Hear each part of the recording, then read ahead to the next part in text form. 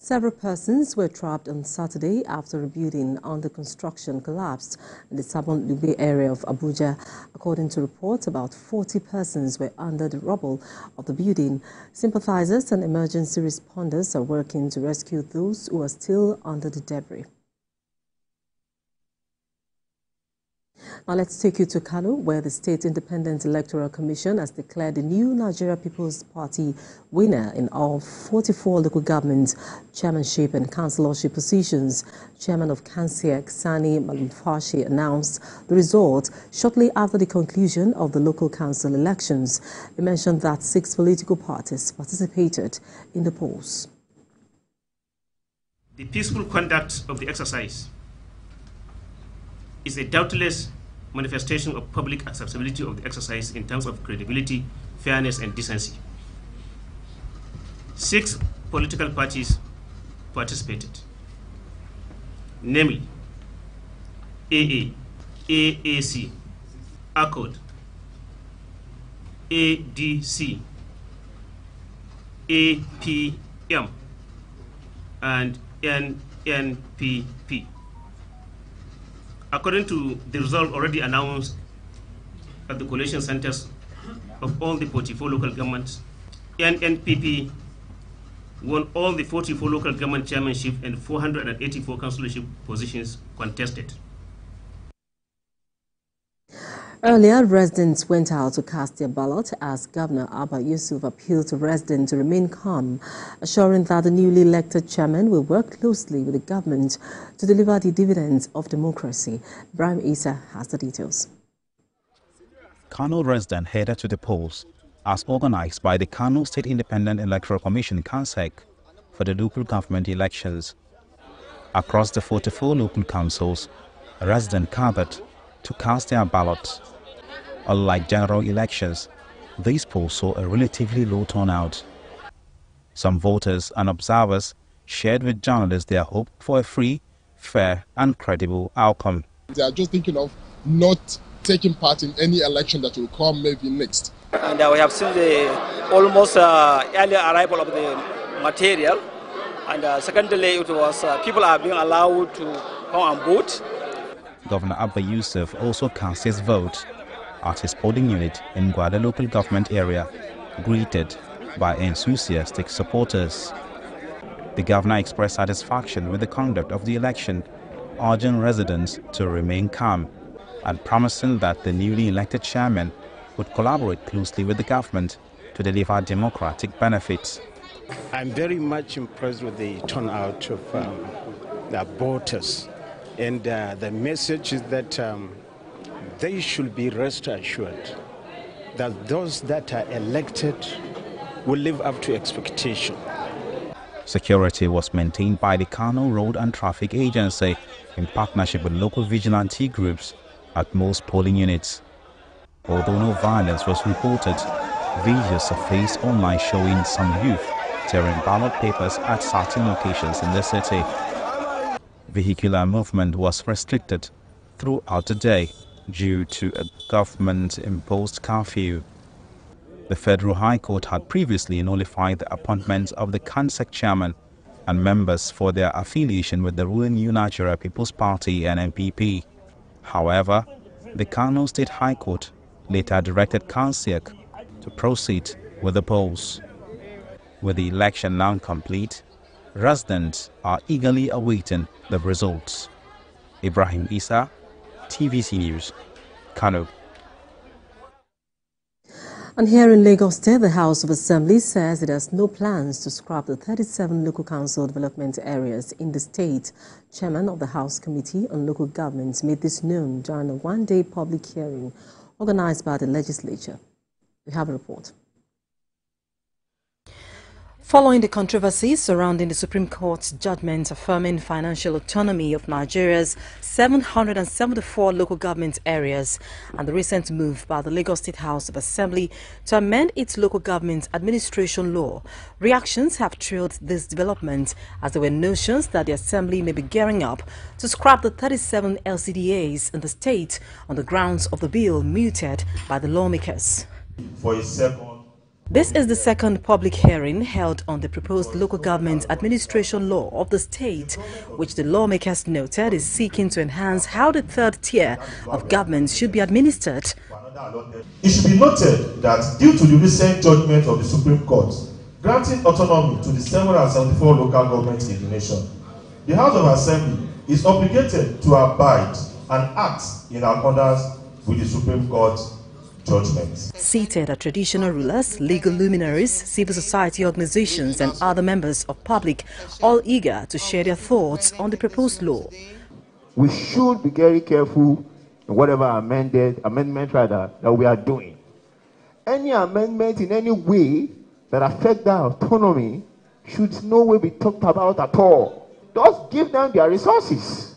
Let them go and implement their resources. Let their councillors hold them accountable. Then you look at proposed section 30, where it is said that the House of Assembly can suspend. The House of Assembly cannot suspend. He's an elected person. But assuming without considering that the House of Assembly can make intervention, there must be some condition precedent. Maybe after the members of the council have taken their position, then as a supervisory authority, the House can now say, okay, bring the matter to us, let us see. But to say that the House can of its own say, oh yeah, Chairman, come and account to us, I don't think it is right. When we look at the proposed section 3(2), it says local government chairman shall be elected. With all respect, everything with the LCDA dies with that provision.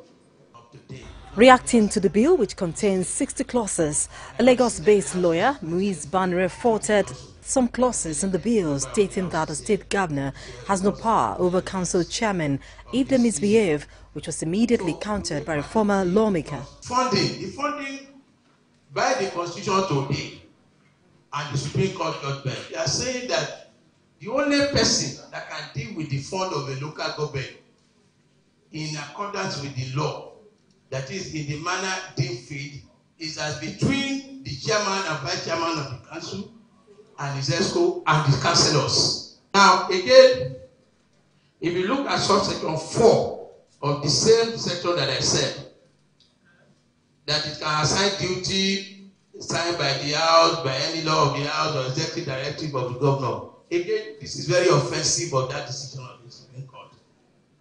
The import of the Supreme Court decision is simple. The state, the governor cannot do anything as regards their responsibility and their duty. And it is said in that judgment, we look at it, that even where they misbehave, it is their council that can discipline them. And we are saying House doesn't have power to do so many things again. I know that the present Supreme Court judgment is only about finances. And it doesn't remove all other one. The existence, the establishment of local government still resides with the state. Therefore, we need to be very careful. All CDAs is particularly the reason we are here. We don't want all CDAs to die. The continued existence of the 37 LCDAs in the state, which has remained the bone of contention, was thoroughly addressed. Nobody is killing the LCDA. We need to get that clear. Nobody is killing the LCDA. It is the creation and legacy of our leader. And we are going to make sure it does not die.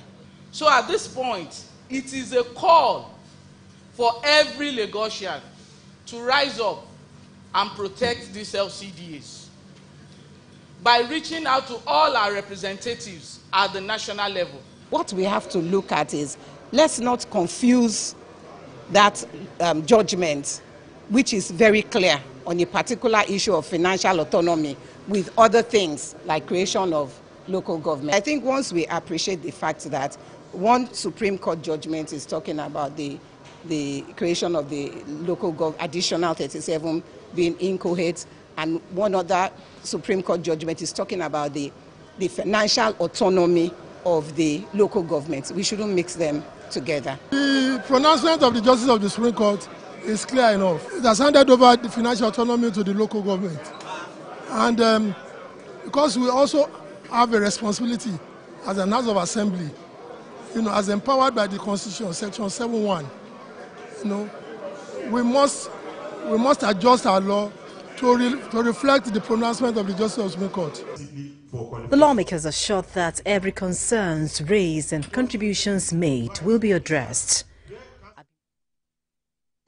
Moving now to Jigawa, where the state has withdrawn from the suit initiated by Kogi State challenging the establishment of the Economic and Financial Crimes Commission, ICPC, and NFIU. The State Attorney General and Commissioner for Justice, Bello Fanini, confirmed the state's withdrawal at the press briefing today. According to him, the move was in the best interest of the state legal and administrative priorities. The Attorney General emphasized that Jigawa State's withdrawal does not undermine the legitimacy of the claims raised by other states involved in the suit. There is a case of Attorney General Kogi versus Attorney General of the Federation. Let me, at this juncture, announce that the Jigawa State government has withdrawn from that case, which is reserved for judgment at the Supreme Court of Nigeria. A notice of withdrawal signed by my humble self was filed at Abuja on the 24th of October 2024 for the service on Chief Registrar of the Supreme Court, the defendant, that is the Attorney General of the Federation, and all the states that are plaintiffs in the case. And talking security now. The Minister of Defense, Abubakar Badr, has visited frontline troops in Zomi local government area of Zamfara State. The minister asked them to redouble efforts in the fight against banditry. Theophilos Darifai has the details. Zurmi is one of the local government areas worst hit by the activities of armed bandits in Zamfara State. Communities, highways, shops, houses, military formations and police stations were not spared by the bandits in the past. But the presence of additional troops in the area has brought some relief to the locals, travelers and other route users. To encourage the troops to do more, the Minister of Defense Abubakar Badr and his team visited the frontline troops in Zurmi Local Council. We have seen the successes so far. The President wants you to do more. He wants you to end it, to end insecurity now. And as he has promised, he will continue to look into your welfare and your equipment. So are we ready to end insecurity? After the visit, the minister proceeds to Katsina through Zurmi-Jibia route, which motorists and other route users have abandoned for long due to the fear of being attacked, killed or kidnapped for ransom. Theophilos Darifai,